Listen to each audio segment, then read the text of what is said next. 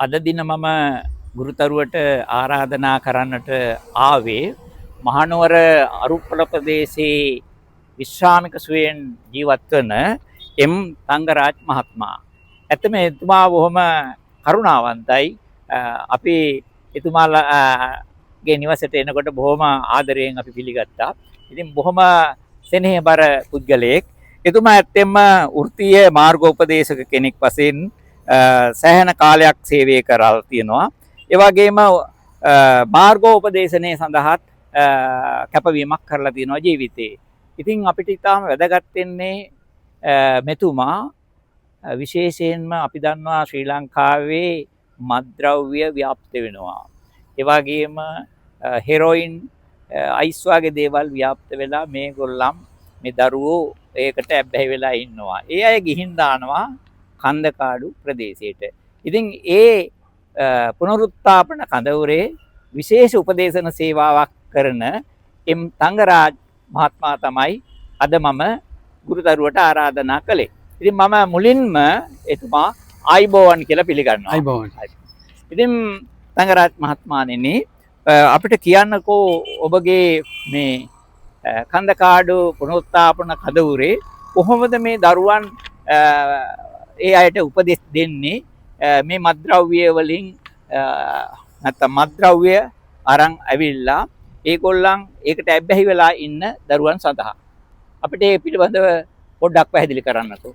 මම මුලින්ම පළාත් අධ්‍යාපන දෙපාර්තමේන්තුවෙන් වැඩ කරේ මාර්ගෝපදේශන සහ වෘත්තීය මාර්ගෝපදේශන. අපි වැඩ කරා ළමයා ගුරුවරයා දෙමව්පියන්. මම විශ්‍රාම ගියාට පස්සේ මට අවස්ථාවක් හම්බුණා කන්දකාඩු කඳවුරේ මේ මත්ද්‍රව්‍ය නිවාරණ වැඩසටහන. අවුරුද්දක් මම එයින් වැඩ කරා. ඉතින් එතනට මේ මත්ද්‍රව්‍යයට යොමු වෙච්ච අය එක්කරන් එනවා පොලිසිය අර උසාවියට ඉදිරිපත් කළ උසාවියෙන් මාස 6ක් පුනරුද්ධාපනට කන්දකාඩු කඳවුරට එවනවා. එතකොට ඒ පුනරුද්ධාපන මාස 3ක් කන්දකාඩු කඳවුරෙන් ඉතුරු මාස 3ක් ඒගොල්ලන් යවනවා සේනපුර කඳවුරට. උතන වෘත්තීය පැත්තේ ඒගොල්ලන් දක්ෂතාව වෙනුව පුහුණුව දෙනවා ඒගොල්ලන්.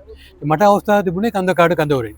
ඉතින් පළවෙනි මේ මත්ද්‍රව්‍යයට අවශ්‍ය අය ආවට පස්සේ පළවෙනි මාසේ පුනරුද්ධාපන වෙන්නේ ඒගොල්ලන්ට අපි දෙනවා සාමාන්‍ය මේ ගොවිපොළ වැඩවල ටික දෙනවා. ඒ කියන්නේ ඒගොල්ලෝ ඇඟේ මත්ද්‍රව්‍ය තියෙනවා. ගොවිපළෙන් වැඩ කරනකොට ඒ දාඩියෙන් ඒ මත්ද්‍රව්‍ය පිට වෙන්න අවස්ථාව තමයි ඔක. එතකොට ඒගොල්ලෝ වතුර අවශ්‍යතාවයට ඕටෝට්‍රැෆික් වතුරත් බොනවා.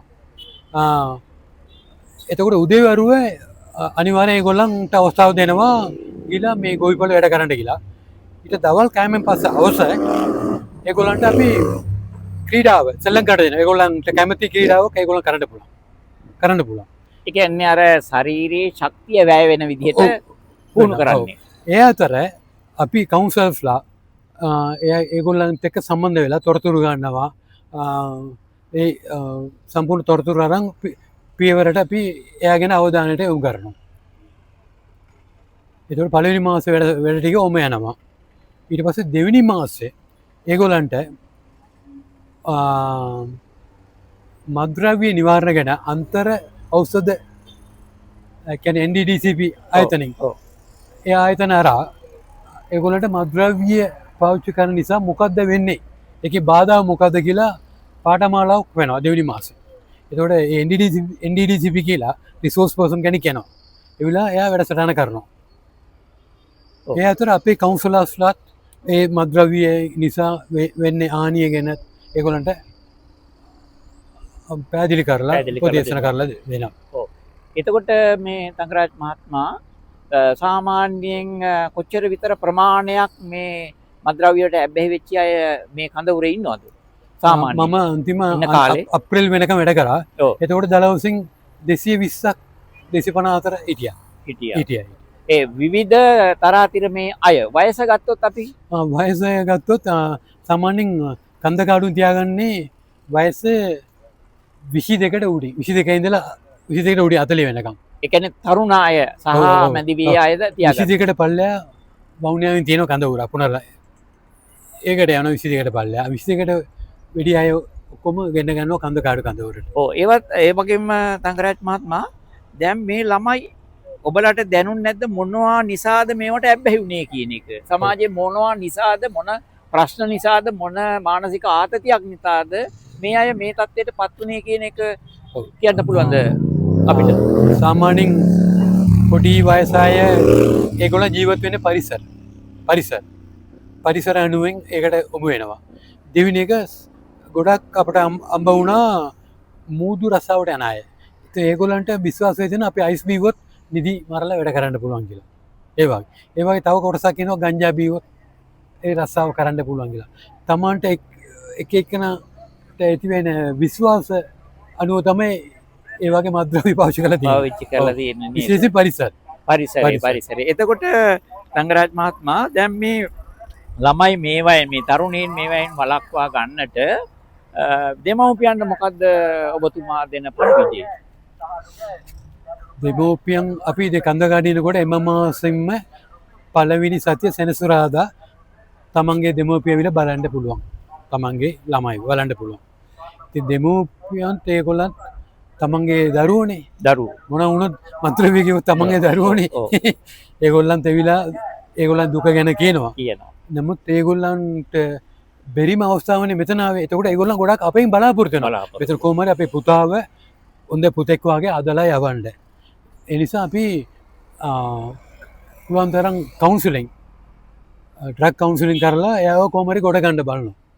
එතකොට එහෙම ඒ කඳවුරට එන නැත්නම් පුනරුත්ථාපනය වීම සඳහා එන අයගෙන් හොඳ ප්‍රතිඵල ලබා ගත්තද ගන්නවද?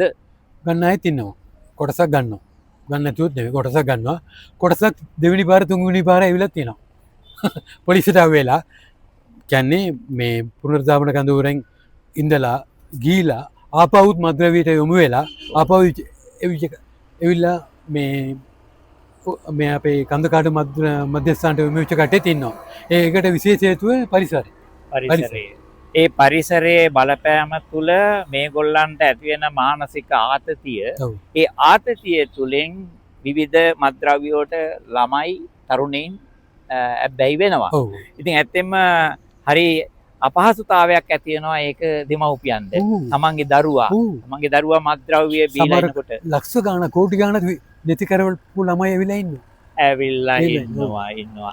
අවසාන වශයෙන් ඔබතුමා යෝජනා කරන්න මේ අයට කරන්නට ඕනන්නේ රජයක් වශයෙන් මොනවද කළ හැක්කේ කියන එක?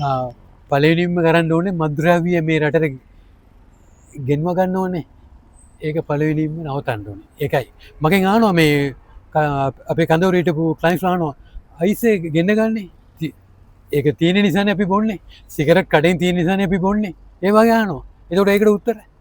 ඒ නිසා අපි පුළුවන් තරම් මේ රජයේ දැනට අරන් යන පිළිවෙල පියවර හොඳයි. ඒක නවත්ත ගන්න ඕනේ. ඒක නැවතුවා නම් අපි ඉතුරු ටික කරලා අපි මේ සමාජය උඩ ගන්න පුළුවන්. ඔව් ඇත්තෙම අද දින අපේ තංගරාජ් මහත්මයා මා සමග අපි සමග විවිධ භාෂාවන් අපි කතා කරත් එතුමා අපේම සහෝදරයෙක්. මම කන්දකාඩු විශේෂයෙන් දෙමළ භාෂාවෙන් කතා කරන අයත් තමයි මට වැඩ කරන්න අවස්ථාව ලැබුණේ. ඔව්. එතුමා දෙමළ භාෂාවෙන් පමණක් නෙවෙයි සිංහල භාෂාව චතුර ලෙස හසුරවන්න පුළුවන් පුද්ගලයෙක්. එතුමා ඇත්තෙන්ම අපේ රටට විශාල සේවයක් කළ විශ්‍රාමික කෙනෙක්. ඉතින් එතුමාට මම අපේ ගුරුතරුව නාලිකාවෙන් විශේෂයෙන්ම දීර්ඝ ආයු ලැබෙන්නටත් ඒ වගේම නිදුක් වෙන්නටත් නිරෝගී වන්නටත් අවස්ථාව ඉඩකඩ ලැබේවා කියලා ප්‍රාර්ථනා කරමින් මම එතුමාගෙන් සමගන්නවා. තෙරුවන් සරණයි.